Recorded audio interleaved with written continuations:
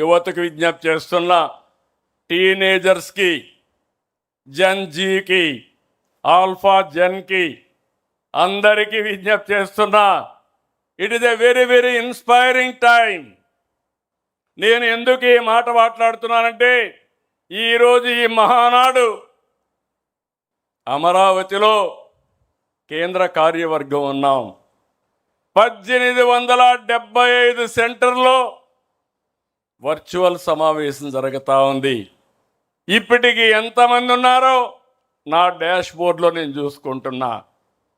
ఏ తీర్మానం ఎంతమంది బాగా ఆమోదించారో దానికి కూడా రేటింగ్ పెట్టి తెప్పిస్తున్నా.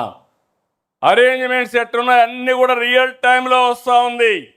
అంటే మీరు గుర్తుపెట్టుకోవాల్సింది, ముందు రోజులు అయిపోయినాయి, పని చేసిన వాళ్ళు బ్రహ్మాండంగా రాణిస్తారు, పని చేయలేని వాళ్ళు వెనకబడిపోయే పరిస్థితి వస్తుందని చెప్పి కూడా నేను మీకు తెలియజేసుకుంటున్నా.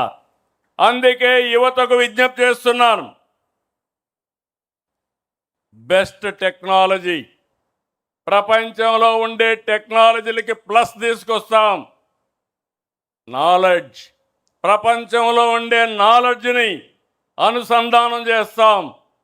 ఆకాశమే హద్దుగా మీరు క్రియేటివిటీ చేసుకోగలిగితే మీ క్యారియర్ కానీ రాష్ట్ర భవిష్యత్తు కానీ ముందుకు పోతుందని చెప్పి కూడా నేను మీకు తెలియజేస్తున్నా. అందుకే మీకు నచ్చిన రంగాన్ని ఎంచుకోండి, నచ్చిన మార్గంలో వెళ్ళండి. ఎంప్లాయీగా కాదు, ఎంప్లాయర్గా, ఆంటర్ప్రెన్యూర్గా, one family, one entrepreneur is our goal. తప్పకుండా సాధిస్తాం. ప్రభుత్వం